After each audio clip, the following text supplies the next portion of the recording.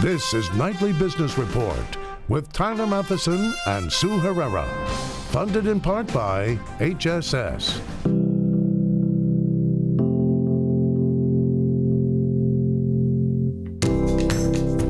Our value principles are patient first, and we want to deliver the highest quality care.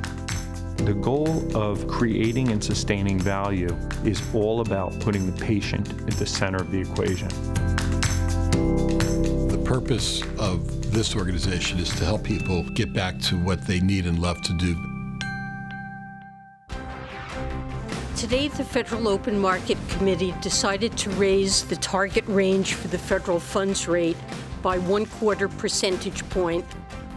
The Federal Reserve ratchets up interest rates and signals that there are more hikes to come. But can the stock market continue to rally as interest rates rise? I'm here to help you folks do well. The president-elect strikes a conciliatory tone as he meets with prominent Silicon Valley executives, some of his most vocal critics during the campaign. 1 billion accounts. Yahoo discloses another hack, and this one is even bigger than the last. Those stories and more tonight on Nightly Business Report for Wednesday, December 14th. Good evening, everyone, and welcome. It finally happened. The Federal Reserve hiked short-term interest rates. It is the first increase this year and just the second in about a decade. Rising interest rates could impact millions of Americans, including those who save, those who invest, and those who are thinking about buying a home. Interest rates have been near zero since the Great Recession. But today, the chair of the Federal Reserve said the economy has picked up, and she expects the momentum to continue. That could mean more interest rate hikes next year and cause the market to waver a bit, backing away from the landmark 20,000 level. So when all was said and done today, the Dow Jones Industrial Average snapped its win streak, falling 118 points to 19,792. The Nasdaq dropped 27, and the S&P 500 lost 18. So is the central bank ready to end the era of unprecedented monetary policy support? Hampton Pearson reports tonight from Washington. Federal Reserve monetary policymakers ended their final meeting of the year with a unanimous decision to raise key short-term interest rates. A strong job market nearing full employment and some signs of inflation, along with expectations for more growth, were key factors. Overall, we expect the economy will expand at a moderate pace over the next few years. Job gains averaged nearly 180,000 per month over the past 3 months, maintaining the solid pace that we've seen since the beginning of the year. The Fed chair said the market rally since the election of Donald Trump as president and anticipation of fiscal stimulus, including possible tax cuts and major infrastructure spending, were all discussed by monetary policymakers over the last 2 days. All the FOMC participants recognize that there is considerable uncertainty about how economic policies may change and what effect they will have on the economy. And insofar as that will affect monetary policy, of course, we will have to factor those policies along with many other things, including the global environment and oil prices and other matters. The quarter-point increase was no surprise to financial markets, but the updated forecast for perhaps 3 rate hikes in 2017 caused markets to move lower after the Fed decision. What this says is that for the moment, the Fed is not going to take away what the new administration giveth. And I think that's a positive. The Fed is ultimately reactionary. There's too much uncertainty around policy. They actually have to react to policy, not promises. The Fed chair said yes, there is a cloud of uncertainty about what lies ahead for fiscal policy, but also emphasized that forecast for 3 possible rate hikes next year is also a vote of confidence for the overall economy. For Nightly Business Report, I'm Hampton Pearson in Washington. For more analysis on the Fed's decision, the markets, and your investments, we welcome Randall Kraus, former Fed governor and now a professor of economics at the Booth School at the University of Chicago, and Kate Moore, chief equity strategist at BlackRock. Welcome to both of you. Randy, let me begin by asking you, in Ms. Yellen's comment there, she talked about the changes that may well be coming in fiscal policy over the next year or so. Take me inside the deliberations of the Fed. How much will the conversation over the next year be sort of determined by what's going on Capitol Hill and between Congress and the White House on tax cuts and infrastructure spending? I think they're going to focus a lot on that because over the last year, we really haven't had much change in policy at all. And there's a prospect for some significant tax reductions. Also, a more internationally competitive tax system that will bring some of that $2 trillion that's trapped offshore, onshore, some regulatory relief, and some more spending.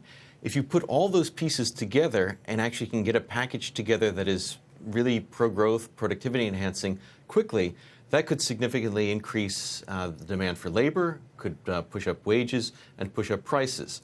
So they're going to look at that very carefully to see. I think it's going to be hard to get all those pieces together quickly, but they'll be looking very carefully at that. And Kate, given what we saw today and what we heard today from the Fed chief, does it change your outlook at all on equities, and what are you expecting? No, at this point, it doesn't change our outlook for equities. I would say that even before the presidential election, we were pretty constructive on growth and reflation and thought the U.S. economy would expand throughout 2017. What we're seeing now is that many people are considering the sector implications of additional fiscal stimulus and, pricing some of that into the market.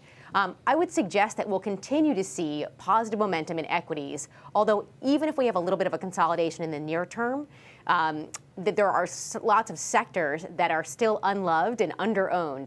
I'm thinking about financials. We've had a good rally in the bank stocks on the back of, slightly higher yields, which would be good for net interest margins, and expectations of lower regulation, which should be good for profitability. But in general, we're finding that the positions in bank stocks are not close to neutral. So there's a lot of room to go. And I would also suggest that some other sectors like tech and healthcare, which may benefit from tax changes, should be something that investors are taking a closer look at in 2017. Randy, back to you. I don't want to get too wonky here, but just as our central bank seems to be raising interest rates, now saying 3 times potentially next year instead of 2, a lot of other central banks around the world are going the other way and pumping money into the system. In simple terms, what does this disconnect mean? Well, we sort of have the clash of the titans.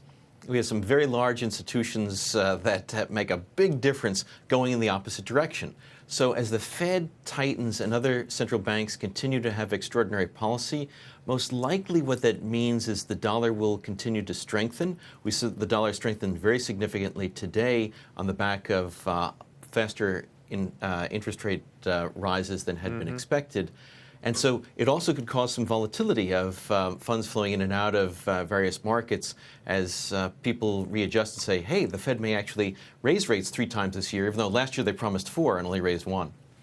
So, Kate, what does this mean for bond yields? There are a lot of our viewers out there who have bond funds or are in the fixed income market. Given the trajectory that the stock market has been on, what should they do with their fixed income holdings?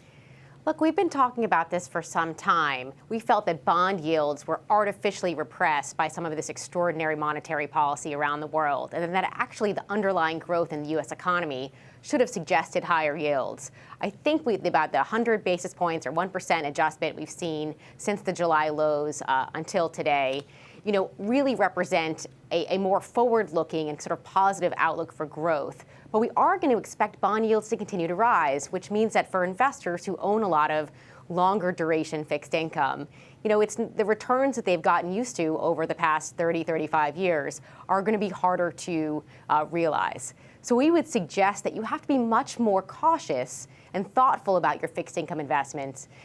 Use shorter duration instruments, look at credit, and then, of course, not just because I'm an equity strategist, I think equities are better positioned than bonds over the rest of the cycle. Randy, quick final thought here on Chair Yellen, who made it clear that she intends to serve out her term, which ends about a year and a month from now. The president, in his other executive choices, has gone with people. He's made changes, and he's brought in a different kind of manager into lots of the cabinet positions. Do you expect that she will be reappointed? Do you expect that Mr. Trump will not choose to tweet about the Fed? What do you think is going to happen in what could be a lame duck year for her? Well, I certainly don't expect the president-elect to not tweet about something. He seems to to like that kind of approach. So I'm sure at some point he will make some comments related to the Federal Reserve and its approaches. I think the question is really out on whether he would replace Chair Yellen or not. I think the Fed is moving broadly in the direction that is consistent with what Trump has talked about. But he does seem to have a predilection to want to put his own people in rather than keep people who were around from before. So it may not be really a clash in policy. It may just be more that he prefers to have someone who's his own choice. Whatever it is, it's going to be an interesting year. Randy, thank you very much. Yes. Randy Krosner with the University of Chicago's Booth School of Business. Kate, always great to see you. Kate Moore is with BlackRock. Well, the Fed decided to hike rates today despite data that was really actually kind of so-so. Retail sales in November barely budged after 2 months of gains, and industrial production also recorded its biggest drop in 8 months. Both readings today suggest that economic growth may have lost some momentum towards the end of the year. But experts say the soft retail sales number may be temporary, given the strength of the labor market. Meantime, a gauge of inflation rose today. Producer prices recorded their biggest increase in 5 months for November. The Producer Price Index, which measures changes in wholesale prices that companies get for their goods and services, up 0.4%. That was more than expected.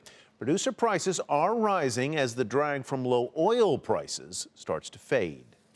Apple, Facebook, Amazon, some of the most prominent Silicon Valley executives were in New York today to meet with the president-elect. And despite being critics of Donald Trump during the presidential campaign, a friendly tone was struck, and the meeting was all about business. John Fort reports tonight from Trump Tower.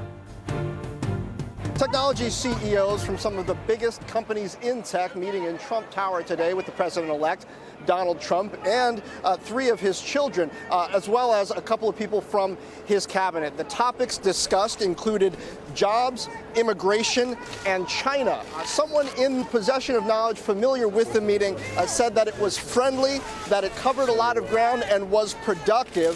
Some subtopics discussed included security, education, vocational education specifically, so for workers who are not highly skilled in technology, repatriation of foreign profits, of which there are hundreds of billions that some of these companies, including Apple, Cisco, and Oracle, have stranded overseas, and the topic of regulation. Now, none of the CEOs and executives that was up in the meeting stopped to talk to the press on the way out. I did walk for just a moment with Larry Page and Eric Schmidt of Google. Asked Eric Schmidt, is it a good meeting? He didn't answer. I said, you don't want to talk, and he just said no thanks. So not clear exactly what the technology executives themselves are feeling about the tone of the meeting and where this leads going forward. There was a photo op at the beginning where many of these executives, including Jeff Bezos, who had some pointed words for Trump during the campaign, said that they were excited about where this administration could lead in terms of innovation. So we have a stake in the ground, a first meeting, and we'll see as the president-elect becomes president whether these conversations lead to tech policies that these companies are happy with. For Nightly Business Report, I'm John Fort in New York. Yahoo discloses a new breach late today. The company said it identified a hack separate from the one it disclosed back in September, and this one affects a lot of users. Yahoo believes that in 2013, data associated with more than 1 billion user accounts was stolen. The stolen information may have included names, email addresses, phone numbers, dates of birth, so-called hashed passwords, and in some cases, unencrypted security questions and answers. Shares fell initially on the news in after-hours trading. Now, Verizon, which has agreed to pay nearly $5 billion for Yahoo's core assets, says it is now going to review the impact of this new breach. And still ahead, tough talk why China may be taking aim at some very well-known American brands.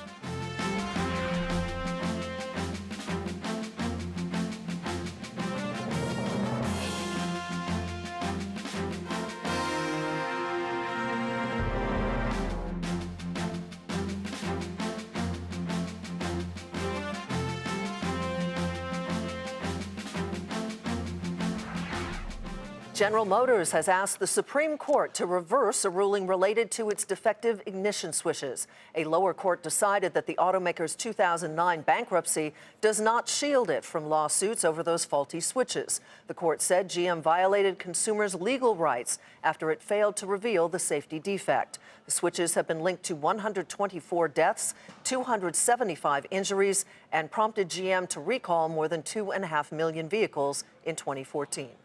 China may be starting to play some hardball. The Communist Party newspaper said the world's second largest economy could potentially penalize Starbucks and an unnamed American automaker. The report pressured shares of the Seattle Coffee Company, as well as Ford and GM, with GM falling the most, as you see there, almost 4%. The warning comes as American companies try to make a bigger push into China, and as President-elect Trump tweaks Beijing on topics from trade to Taiwan. Eunice Yoon reports from Beijing. China is sending a not-so-veiled threat to President-elect Trump after he questioned the One China policy. Today, the state-run media has been forecasting potential trouble for American companies here. The Global Times, a Communist Party paper, specifically referenced Starbucks, saying the coffee chain, which has 2,500 stores, may perhaps have to watch its competitor, the UK's Costa, seize market share. Separately, the China Daily reported that antitrust authorities are now reviewing business practices of an unnamed American automaker, which would likely be slapped with a penalty soon. Ford says it's unaware of any investigation. GM won't comment, but says it abides by the country's laws. Now, for both companies, as well as for Starbucks, China is a major market. In fact, Howard Schultz has said that he believes that China is going to become an even bigger market for Starbucks than the United States. China has a pattern of taking punitive measures on a country's businesses if it's in a disagreement with the government. The AmCham head here has said that all the companies want here is just for some stability. Beijing, through its official state media, has also indicated that it wants a stable relationship with the United States, but it has now been signaling that it is willing to pull on some levers of influence if Trump should rock the boat. For Nightly Business Report, I'm Eunice Yoon in Beijing. NuStar will go private in a $3 billion deal, and that's where we begin tonight's market focus. The information services company, which routes calls and text messages for telecom carriers, will be bought by private equity group Golden Gate Capital.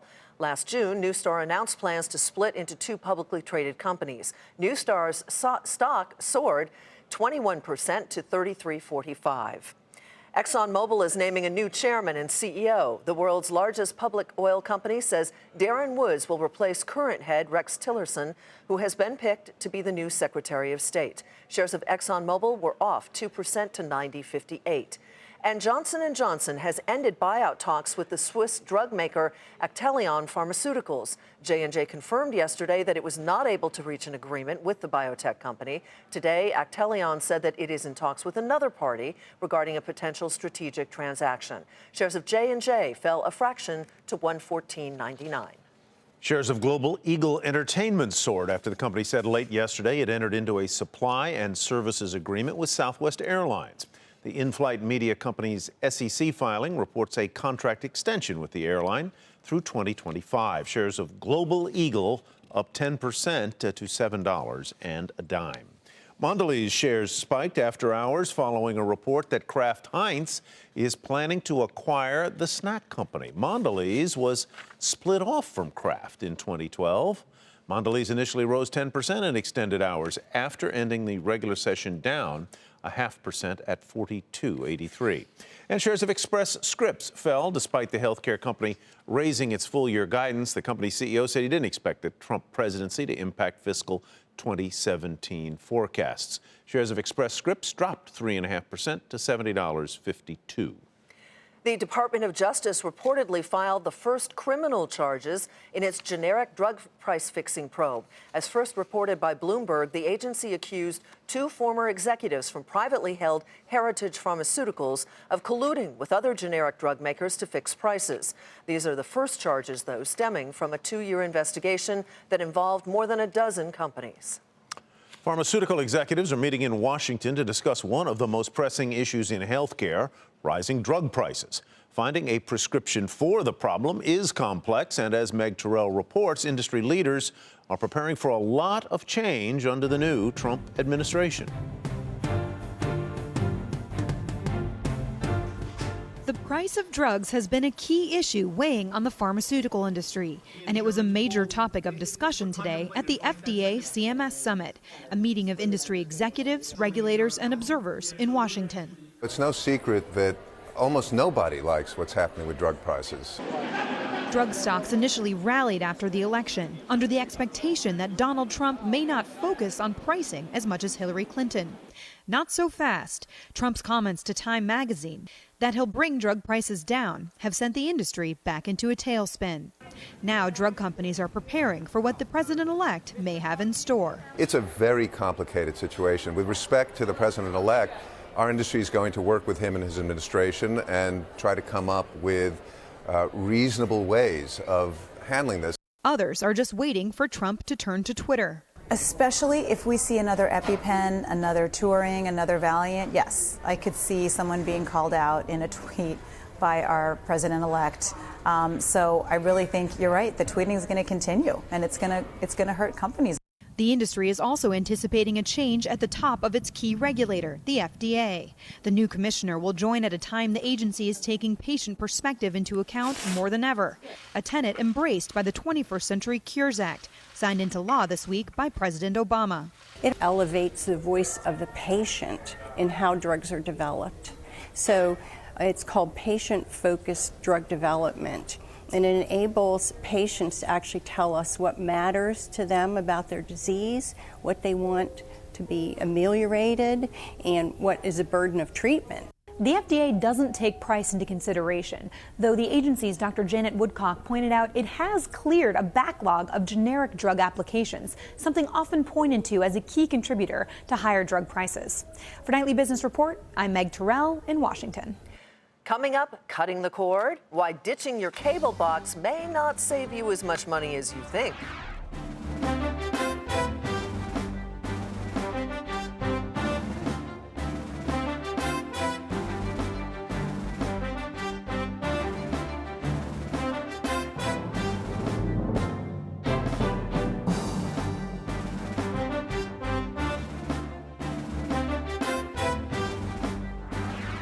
Amazon has conducted its first commercial drone delivery. The package was delivered to a shopper in England and took off from a nearby warehouse. The journey lasted 13 minutes, covered about 2 miles. Amazon plans to test drone deliveries with 2 more customers near Cambridge. What do you think about cutting the cord every time you pay your cable bill? If the answer is yes, you're probably not alone, but a new study shows the alternatives may not be cheaper by much, if at all. Julia Borston has the details. Consumers have more options for watching video than ever, an explosion of alternatives to the traditional television bundle. But a new PwC study finds cord cutting isn't happening as quickly as expected, and the number of consumers who plan to stick with their cable and satellite TV packages is actually on the rise. What we found this year in the research is that many consumers are really considering these over-the-top or streaming services as additives rather than replacement.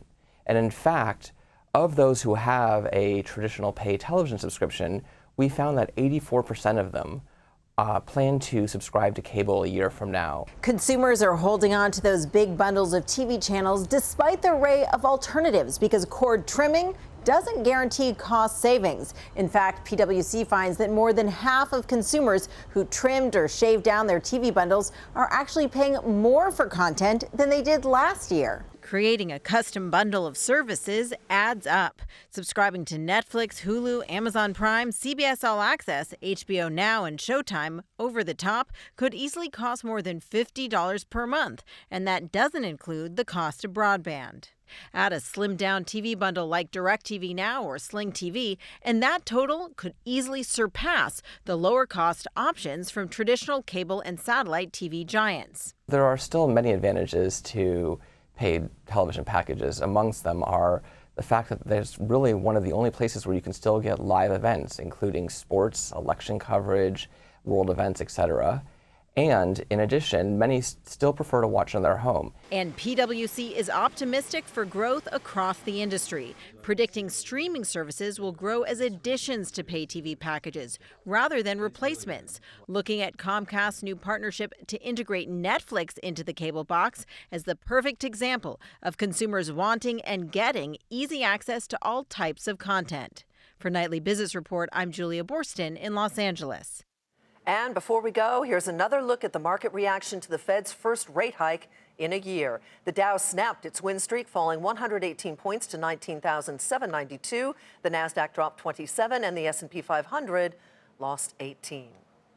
And on that note, that will do it for us on Nightly Business Report. I'm Sue Herrera. Thanks for joining us. I'm Tyler Matheson. Thanks from me as well. Have a great evening, everybody, and we'll see you back here tomorrow night.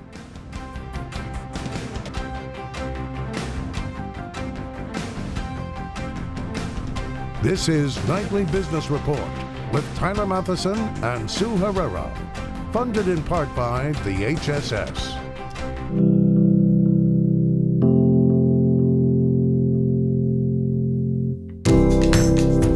Our value principles are patient first, and we want to deliver the highest quality care. The goal of creating and sustaining value is all about putting the patient at the center of the equation. The purpose of this organization is to help people get back to what they need and love to do